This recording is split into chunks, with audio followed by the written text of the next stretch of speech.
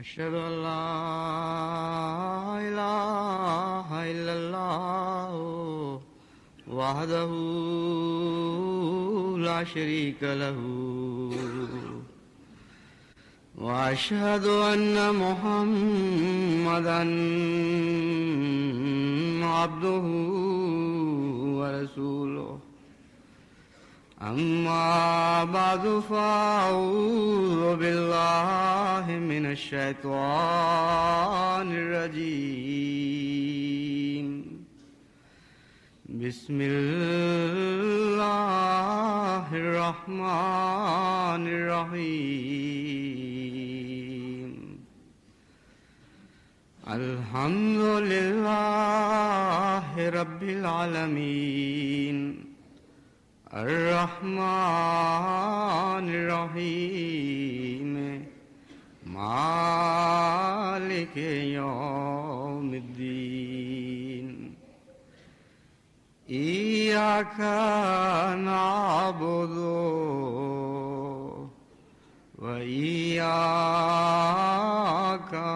نستعين اهدنا الصراط المستقيم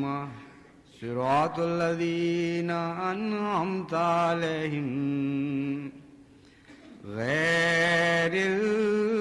المغضوب عليهم ولا الضالين لله ما في السماوات وما في الأرض وإن تبدوا ما في أنفسكم أو تخفوه يحاسبكم به الله فيغفر لمن يشاء ويعذب من يشاء والله على كل شيء قدير آمن الرسول بما أنزل إليه من ربه والمؤمنون كل آمن بالله وملائكته وكتبه ورسله لا نفرق بين أحد من رسله وقالوا سمعنا وأطعنا غفرانك ربنا وإليك المصير۔ اللہ تعالیٰ کی مغفرت کا مضمون بہت ہی وسیع ہے، اور جیسا کہ اس لفظ کے معانی میں ڈھانکنا، ڈھانپ لینا پایا جاتا ہے، اسی طرح یہ صفت مغفرت بھی انسانی زندگی کے سارے اعمال کو ڈھانپے ہوئے ہے، خواہ وہ تعلق باللہ کے اعمال ہوں، یعنی اللہ سے تعلق رکھنے والے، یا حقوق العباد سے تعلق رکھنے والے اعمال ہوں۔ بہت ہی وسیع مضمون ہے جس کو قرآن کریم نے مختلف پیرائے میں مختلف مواقع پر بیان فرمایا، اور اس صفت سے متعلق گفتگو کرتے ہوئے یہ ممکن نہیں کہ تھوڑے وقت میں اسے بیان کیا جا سکے۔ ویسے تو قرآن کریم میں کوئی ایک بھی آیت ایسی نہیں جس سے مضامین کے چشمے نہ پھوٹتے ہوں اور ان پر انسان کسی صورت میں بھی حاوی ہو سکے۔ چنانچہ قرآن کریم کی کسی آیت کی تفسیر پر حاوی ہونے کا دعویٰ ہی ایک نہایت متکبرانہ دعویٰ ہے اور بالکل جھوٹا دعویٰ ہے۔ تو ان معنوں میں تو ہر آیت، جب ہم عرف عام میں بات کرتے ہیں تو ان آیات میں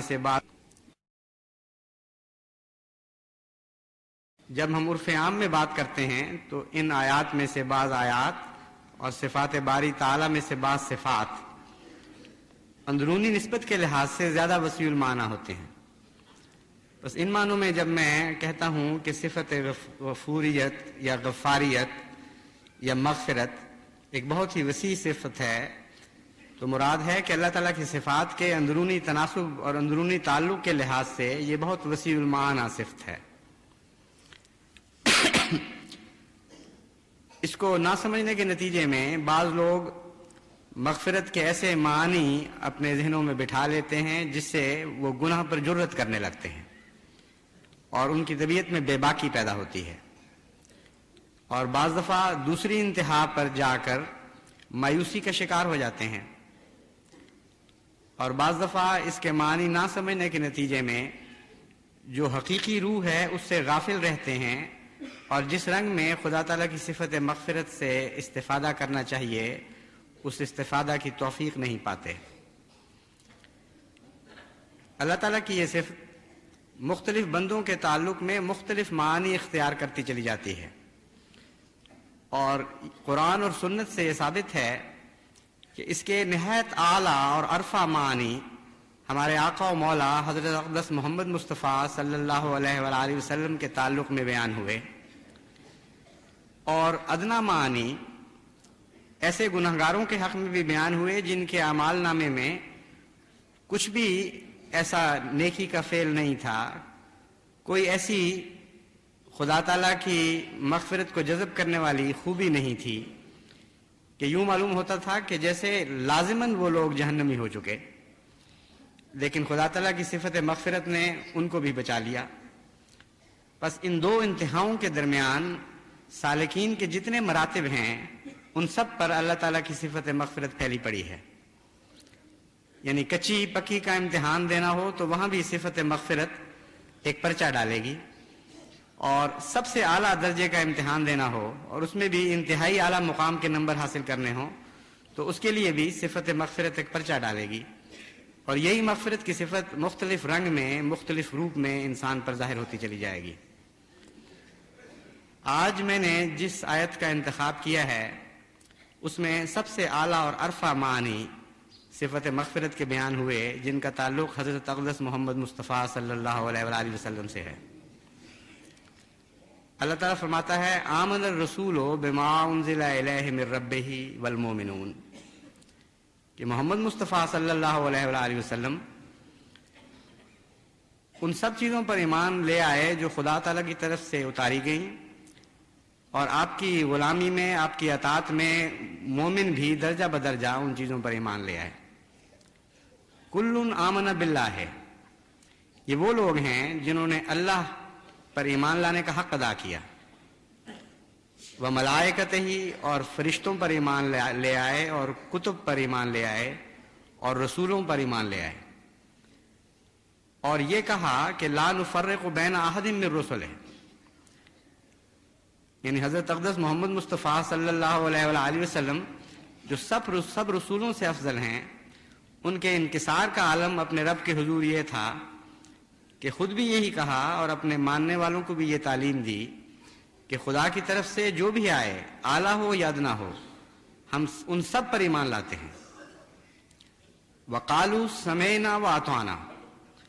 اور صرف ایمان کی حد تک نہیں بلکہ اعمال میں بھی وہ درجہ کمال کو پہنچ گئے، اور انہوں نے یہ عرض کی اپنے رب سے سمعنا واطعنا کہ ہم نے سنا اور اطاعت کی، اور کوئی فرق نہیں رہنے دیا سننے اور اطاعت کے درمیان، کوئی فاصلہ نہیں چھوڑا تیرے احکام اور ان کی بجاوری کے مابین، سمعنا واطعنا۔ اس کے بعد مغفرت کے وہ کیا معنی لیتے ہیں اس کا ذکر ہے، اور یہاں میں دو معنوں میں غفرانہ کا ربنا دو معنوں میں غفرانہ کا ربنا کی تفسیر کروں گا۔ یہ سب کچھ کرنے کے باوجود وہ یہ عرض کرتے ہیں اپنے رب سے کہ ان اعمال سے ہم کوئی درجہ نہیں پا سکتے، کسی ثواب کے مستحق نہیں ہو سکتے،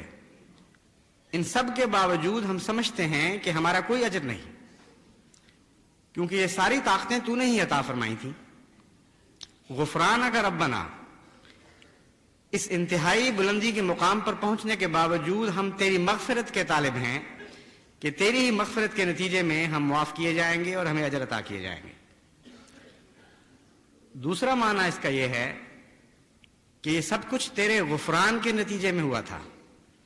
انسان کو ذاتی طور پر معصوم ہونے کی طاقت ہی نہیں ہے، ناممکن ہے کہ وہ گناہوں سے بچ سکے سوائے اس کے کہ تیری مغفرت اس کو حاصل ہو۔ اس لیے یہ مرتبہ جو ہمیں عطا ہوا، ہمیں پورا احساس ہے، ہم عارفانہ طور پر یہ بات جانتے ہیں کہ محض تیری غفاری کے نتیجے میں، تیری مغفرت کی عطا کے طور پر ہمیں یہ معصومیت عطا ہوئی کہ ہم سمینا و اطعنا کہنے کے مقام پر کھڑا کیے گئے۔ بس مغفرت کے یہ دو معنی ہیں جو نہایت اعلیٰ اور عرفہ ہیں، اور آن حضرت صلی اللہ علیہ وآلہ وسلم کے متعلق جب بھی لفظ مغفرت استعمال ہوا ہے یا آپ نے استغفار کا لفظ اپنے لیے استعمال فرمایا، علی الخصوص ان دو معنوں میں وہ استعمال ہوا ہے، یعنی گناہوں کی بخشش کے معنوں میں نہیں، بلکہ گناہ نہ کرنے کے باوجود انکساری کی انتہا کے طور پر یہ عرض کرنے کے معنوں میں ہے کہ اے خدا، ان سب باتوں کے باوجود انسان فی ذات ہی کسی چیز کا مستحق نہیں ہے۔ جب تک تیری مغفرت نصیب نہ ہو اس وقت تک کوئی انسان بخشش کا دعویٰ نہیں کر سکتا، نجات کا دعویٰ نہیں کر سکتا۔ اور دوسرا معنی یہ ہے کہ تیری عطا کے سوا، تیری مغفرت کے سوا کوئی انسان معصوم بن ہی نہیں سکتا۔ بس حضرت مسیح موعود علیہ السلام نے ان معانی کو بڑی وضاحت سے مختلف مواقع پر بیان فرماتے ہوئے مستشرقین اور دیگر معاندین اسلام کے ان اعتراضوں کو رد کیا، جو یہ کہا کرتے تھے کہ دیکھو تمہارا رسول تو کثرت سے استغفار کرتا تھا، اور روایات سے پتہ چلتا ہے کہ دن میں 100 بار حضور صلی اللہ علیہ وآلہ وسلم استغفار فرمایا کرتے تھے۔ تو انہوں نے اپنی جہالت اور نادانی میں یہ اعتراض کیے کہ ثابت ہوا کہ بہت ہی گناہ گار تھے، نعوذ باللہ من ذالک۔ استغفار کا تو مطلب ہے گناہ بخشنا، بس جس نے زیادہ گناہ کیے اس نے زیادہ استغفار کی، اور اپنی نادانی میں انہوں نے یہ دعویٰ کیا اور حضرت عیسیٰ علیہ السلام پر یہ الزام لگایا کہ گویا وہ استغفار نہیں کرتے تھے۔ حضرت مسیح موعود علیہ السلام نے اس دوسرے معنی کو بڑی تفصیل سے بیان فرمایا۔ آپ نے فرمایا کہ غفرہ کا اصل معنی ہے ڈھانپ لینا اور گناہوں سے دور کر دینا، انسان کے گناہوں اور اس کے درمیان پردہ حائل کر دینا، یعنی انسان کے اندر سے گناہ کی خواہش کو تلف کر دینا اور گناہ کے مواقع سے اس کو دور رکھنا۔ بس حضرت صلی اللہ علیہ وآلہ وسلم جب خدا تعالیٰ کے حضور استغفار کرتے تھے تو ان معنوں میں استغفار کرتے تھے کہ اے خدا، پہلے بھی مجھے جو کامل معصومیت عطا ہوئی وہ تیری مغفرت کے نتیجے میں ہوئی، تو نے میرے اور میرے گناہوں کے درمیان ہمیشہ فاصلہ رکھا، یہاں تک کہ ایک موقع پر فرمایا کہ میرا شیطان مسلمان ہو گیا، یعنی نفس امارہ میں برے اعمال کے احکام کی طاقت ہی باقی نہیں رہی۔ بس ان معنوں میں حضرت مسیح موعود علیہ السلام نے فرمایا کہ حضور صلی اللہ علیہ وآلہ وسلم استغفار فرمایا کرتے تھے، اور آئندہ کے لیے بھی کہ اے خدا، جیسا حسن سلوک تو نے مجھ سے سابقہ زندگی میں فرمایا، آئندہ بھی ہمیشہ کے لیے مجھے گناہوں سے دور رکھنا اور میرے گناہوں کے درمیان فاصلے ڈال دینا، روکیں کھڑی کر دینا۔ بس جب خدا تعالیٰ حضور صلی اللہ علیہ وآلہ وسلم کے متعلق فرماتا ہے لِيَغْفِرَ لَكَ اللَّهُ مَا تَقَدَّمَ مِن ذَنبِكَ وَمَا تَأَخَّرَ، تو مراد یہی ہے کہ تجھے جس طرح پہلے ہر گناہ سے دور رکھا تھا اللہ تعالیٰ نے، اسی طرح آئندہ بھی تجھے ہر گناہ سے دور رکھنے کا وعدہ کرتا ہے، اور گناہ کے قریب بھی تو نہیں پھٹکے گا، یا گناہ کو توفیق نہیں ہوگی کہ تیرے قریب پھٹک سکے۔ بس ان معنوں میں جب ہم غور کرتے ہیں تو پھر ان احادیث کی سمجھ آتی ہے جن میں حضور صلی اللہ علیہ وآلہ وسلم کثرت سے استغفار فرماتے ہیں۔ حضرت ابو ہریرہ بیان کرتے ہیں کہ میں نے حضور کو یہ فرماتے ہوئے سنا کہ خدا کی قسم، میں دن بھر میں 70 مرتبہ سے زائد دفعہ توبہ اور استغفار کرتا ہوں۔ حضرت ابن عمر بیان کرتے ہیں کہ کئی بار ایسا ہوا ہے کہ ایک ہی مجلس میں ہم بیٹھے ہوئے تھے اور آن حضور صلی اللہ علیہ وآلہ وسلم نے 100 مرتبہ سے زائد دفعہ یہ دعا کی، رب اغفر لی وتوب علیہ انک انت التواب الغفور، اے میرے رب میری مغفرت فرما، وتوب علیہ، اور میری توبہ کو قبول کرتا ہوا مجھ پر جھک اور مجھ پر رحم فرما، انک انت التواب الغفور، تو بہت ہی توبہ کو قبول کرنے والا اور مغفرت کرنے والا ہے۔ یہاں ایک شبہ پڑتا ہے کہ اگر یہ تفسیر درست ہے تو پھر توبہ کا کیا تعلق ہے؟ توبہ تو عموماً یہی سمجھا جاتا ہے کہ ایسے گناہوں سے کی جاتی ہے جو انسان سے سرزد ہوں، اور آئندہ سے ان سے باز رہنے کے لیے انسان اللہ تعالیٰ کی طرف جھکتا ہے، اس کا نام توبہ ہے۔ تو جیسا کہ میں آگے حضرت اقدس مسیح موعود علیہ السلام کا اقتباس پیش کروں گا، اس مسئلے، اس الجھن سے بھی حضرت اقدس مسیح موعود علیہ السلام نے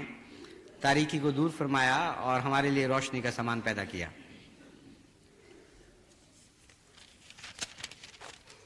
چنانچہ ان معنوں میں کہ خدا تعالیٰ سے گناہوں سے دور رہنے کی دعا کی جائے، حضرت مسیح موعود علیہ السلام نے مختلف انداز میں جماعت کو نصیحت فرمائی اور اس طرف توجہ دلائی کہ توبہ کے ادنا معنوں سے بہت بڑھ کر توبہ کے اعلیٰ معنی کی طرف توجہ کرو، اور استغفار کے ادنا معنوں سے بہت بڑھ کر استغفار کے اعلیٰ معنوں کی طرف توجہ کرو۔ اگر تم چاہتے ہو کہ تمام دنیا کی تم مربی بن جاؤ اور تمام دنیا کے لیے راحت و اطمینان کا سامان کرو اور اس کو فلاح اور کامیابی کی خوشخبری دو، تو ضروری ہے کہ اپنے لیے ہر معنی میں بہترین چیز کے طلبگار ہو جاؤ۔ بس اس طرف سے ہماری توجہ ہٹا کر کہ ہم گناہ کرتے چلے جائیں اور خدا تعالیٰ سے مغفرت ان معنوں میں مانگیں کہ ہم نے جو گناہ کیا ہے ان کو ڈھانپ دے۔ حضرت مسیح موعود علیہ السلام نے نہایت ہی اعلیٰ رنگ میں، نہایت ہی پیارے اور اثر انداز ہونے والے رنگ میں جماعت احمدیہ کو اس طرف متوجہ کیا کہ جس طرح آن حضور صلی اللہ علیہ وآلہ وسلم استغفار کیا کرتے تھے، انہی معنوں میں تم بھی استغفار کرو۔ چنانچہ حضور اس مسئلے پر روشنی ڈالتے ہوئے فرماتے ہیں، جو لوگ خدا تعالیٰ سے ڈرتے ہیں وہ باوجود نبی اور رسول ہونے کے اقرار رکھتے ہیں کہ جیسا کہ حق تبلیغ کا تھا ادا نہ کر سکے۔ اب یہاں توبہ کے معنی سمجھ آ گئے کہ توبہ کن معنوں میں حضور صلی اللہ علیہ وآلہ وسلم فرماتے ہیں اور کن معنوں میں تو اس توبہ اور استغفار کا تعلق ہے۔ اپنی ساری کوششیں خدا کی راہ میں صرف کرنے کے باوجود، اپنے دن رات کے آرام کو اللہ کی رضا کی خاطر قربان کرنے کے باوجود، دو وجوہات سے حضور صلی اللہ علیہ وآلہ وسلم توبہ کی طرف مائل ہوتے تھے۔ اول یہ کہ آپ جانتے تھے کہ جتنی میری تمنا ہے، جتنی میری خواہش ہے، اس تمنا کے مطابق میں خدا کی راہ میں قربانی نہیں کر سکا۔ یعنی اتنی غیر معمولی بڑی ہوئی تمنا تھی اللہ کے حضور میں قربانیاں دینے کی کہ تمام بنی نوع انسان سے سبقت لے جانے کے باوجود، تمام نبیوں کے سردار کہلانے کے باوجود اس کے کہ بار بار اللہ تعالیٰ نے آپ کو اپنی رضا کی خبریں دیں اور مسلسل آپ سے محبت اور پیار کی باتیں کرتا رہا، پھر بھی جو تمنا آپ کی تھی کہ میں سب کچھ خدا کی راہ میں جھونک دوں، آپ کو یہ احساس رہتا تھا کہ شاید وہ پورا نہیں ہو سکا۔ ان معنوں میں توبہ ہے، کہاں گناہ گاروں کی توبہ، کہاں ایک عارف باللہ اور معصوم کی توبہ، ان دونوں کے اندر زمین و آسمان کا فرق ہے۔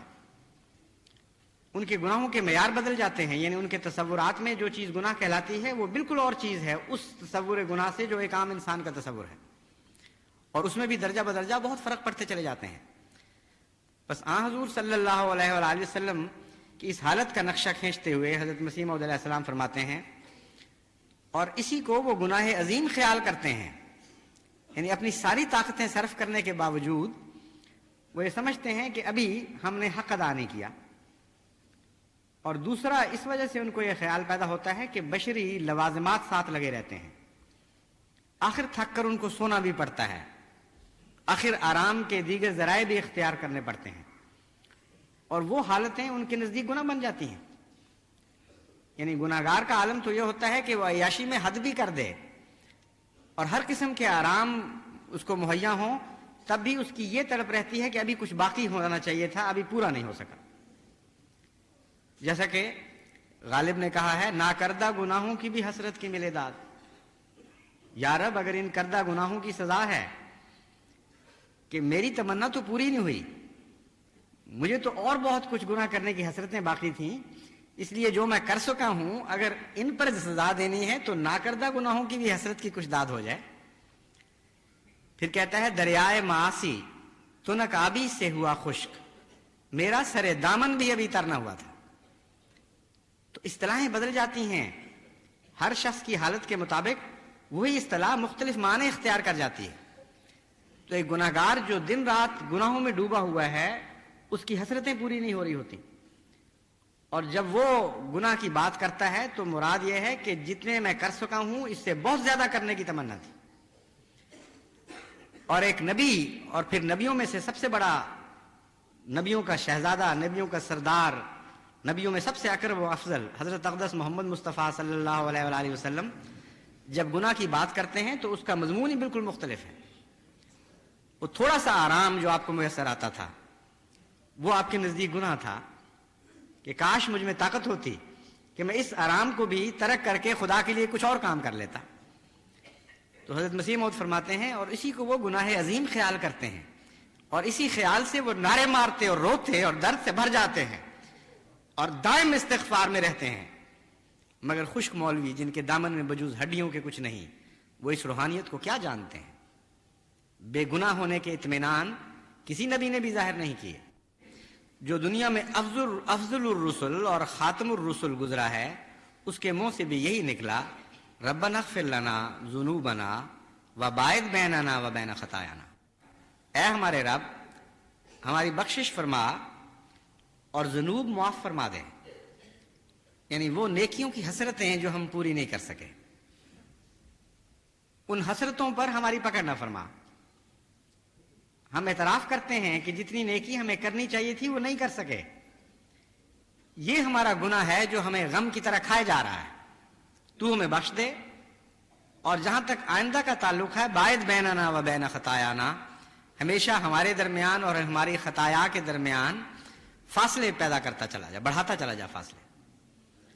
بس یہ دونوں مضامین جو مغفرت کے انتہائی اعلیٰ معنی ہیں، یہ اس آیت کریمہ میں بیان ہوئے آن حضرت صلی اللہ علیہ وآلہ وسلم کے متعلق جو میں نے آپ کے سامنے تلاوت کی. حضرت مسیح موعود علیہ السلام فرماتے ہیں، اور آن حضرت صلی اللہ علیہ وآلہ وسلم ہمیشہ فرماتے تھے کہ سورہ ہود نے مجھے بوڑھا کر دیا، اور آپ سب سے زیادہ استغفار پڑھا کرتے تھے اور فرمایا کرتے تھے کہ میں دن میں 70 مرتبہ استغفار کرتا ہوں. اور خدا تعالیٰ نے آپ کے حق میں فرمایا، اذا جاء نصر اللہ والفتح ورأیت الناس يدخلون فی دین اللہ افواجا فسبح بحمد ربک واستغفرہ انہ کان توابا. اس صورت کی ایک بالکل نئی اور اچھوتی تفسیر کرتے ہوئے حضرت مسیح موعود علیہ السلام فرماتے ہیں، یہ صورت آن حضرت صلی اللہ علیہ وآلہ وسلم کے قرب زمانہ وفات میں نازل ہوئی تھی، اور اس میں اللہ تعالیٰ زور دے کر اپنی نصرت اور تائید اور تکمیل مقاصد دین کی خبر دیتا ہے کہ اب تو اے نبی خدا کی تسبیح اور تمجید کر اور خدا سے مغفرت چاہ، وہ تواب ہے. اس موقع پر مغفرت کا ذکر کرنا اسی بات کی طرف اشارہ ہے کہ اب کام تبلیغ کا ختم ہو گیا. خدا سے دعا کر کہ اگر خدمت تبلیغ کے دقائق میں کوئی فروگزاشت ہو گئی ہو تو خدا اس کو بخش دے. موسیٰ بھی توریت میں اپنے قصوروں کو یاد کر کے روتا ہے، اور جس کو عیسائیوں نے خدا بنا رکھا ہے، کسی نے اس کو کہا کہ اے نیک استاد، تو اس نے جواب دیا کہ تو مجھے کیوں نیک کہتا ہے؟ نیک کوئی نہیں مگر خدا. یہی تمام اولیاء کا شعار رہا ہے. سب نے استغفار کو اپنا شعار قرار دیا ہے بجوز شیطان کے. پھر مزید فرماتے ہیں، چنانچہ ہمارے نبی کریم صلی اللہ علیہ وآلہ وسلم کی تمام استغفار اسی بنا پر ہے کہ آپ بہت ہی ڈرتے تھے کہ جو خدمت مجھے سپرد کی گئی ہے، یعنی تبلیغ کی خدمت اور خدا کی راہ میں جان فشانی کی خدمت، اس کو جیسا کہ اس کا حق تھا میں ادا نہیں کر سکا. اور اس خدمت کو آن حضرت صلی اللہ علیہ وآلہ وسلم کے برابر کس نے ادا کیا؟ کسی نے ادا نہیں کیا، مگر خوف، عظمت اور ہیبت الہی آپ کے دل میں حد سے زیادہ تھا، اور اسی لیے دوام استغفار آپ کا شغل تھا۔ اب دیکھیے دعوت اللہ کا کتنا بڑا کام اللہ تعالیٰ نے آن حضرت صلی اللہ علیہ وآلہ وسلم کو سونپا، اور وہی کام آج ہماری طرف منتقل کیا گیا ہے۔ وہ سارا بوجھ آج ہمارے کمزور کندھوں پر ہے۔ بس ان معنوں میں، جن معنوں میں آن حضرت صلی اللہ علیہ وآلہ وسلم استغفار فرمایا کرتے تھے، کتنی بڑی ذمہ داری ہمارے کندھوں پر عائد ہوتی ہے کہ ہم ان معنوں میں استغفار کریں، کثرت کے ساتھ دعوت اللہ کا حق ادا کرتے چلے جائیں، اور پھر ہرگز تکبر کو پاس نہ پھٹکنے دیں، یہ وہم و گمان بھی نہ کریں کہ ہم نے کمال کر دیا ہے۔ نہایت عاجزی سے روتے ہوئے اپنے رب سے عرض کریں کہ اے خدا، تیرا سب سے کامل نبی، جس سے بہتر حقوق کی ادائیگی کسی نے نہیں کی تھی، جس سے بڑا امین کوئی دنیا میں پیدا نہ ہوا، نہ ہو سکتا ہے، نہ ہوگا، جس نے تیری ہر امانت کا حق پورا پورا ادا کیا، اگر اس کے باوجود اس کے دل کی یہ کیفیت تھی کہ وہ دعوت اللہ کے کام میں حد کر دینے کے بعد بھی یہی سمجھتا رہا اور اس غم میں روتا رہا کہ اے خدا، میں اس حق کو پوری طرح ادا نہیں کر سکا، تو ہم عاجزوں اور کمزوروں کا کیا حال ہوگا؟ بس تو ہم سے بھی مغفرت کا سلوک فرما اور ہماری کمزوریوں سے درگزر فرما، ہماری توبہ کو قبول کر، اور ہمیں دعوت اللہ کی اس رنگ میں توفیق عطا فرما کہ جس سے تو راضی ہو جائے، اور تیرے راضی ہونے کے باوجود ہماری تمناؤں کو بڑھاتا چلا جا، اور اتنا بڑھا کہ ہم اور رضا کے طالب ہوتے چلے جائیں، پھر اور رضا کے طالب ہوتے چلے جائیں، پھر اور رضا کے طالب ہوتے چلے جائیں، اور آخر تک یہی سمجھتے رہیں، اور پورے یقین اور وثوق کے ساتھ یہ سمجھتے رہیں کہ ہم نے تو حق ادا نہ کیا، تو محض اپنی مغفرت کی وجہ سے ہم پر راضی رہا اور راضی ہوتا چلا گیا۔ اے خدا، ہمیں توفیق عطا فرما کہ ہم حضرت اقدس محمد مصطفیٰ صلی اللہ علیہ وآلہ وسلم کے نقش قدم پر چلتے ہوئے جان دیں، آخری سانس ہمارا اس حالت میں نکلے کہ ہم تجھ سے مغفرت کے طالب ہوں اور تمہیں مغفرت کی خوشخبری دے رہا ہو۔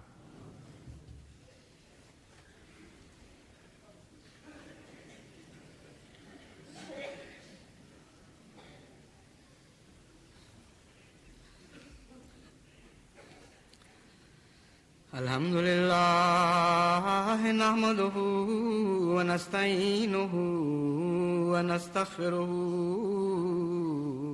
ونؤمن بہ ونتوکل علیہ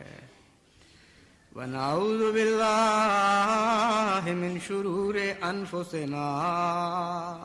ومن سیئات اعمالنا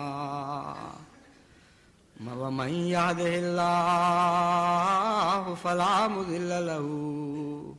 ومن يضلله فلا هادي له ونشهد أن لا إله إلا الله وحده لا شريك له ونشهد أن محمدا عبده ورسوله عباد الله رحمكم الله إن الله يأمر بالعدل والإحسان وإيتاء ذي القربى وينهى عن الفحشاء والمنكر والبغي يعظكم لعلكم تذكرون اذكروا الله يذكركم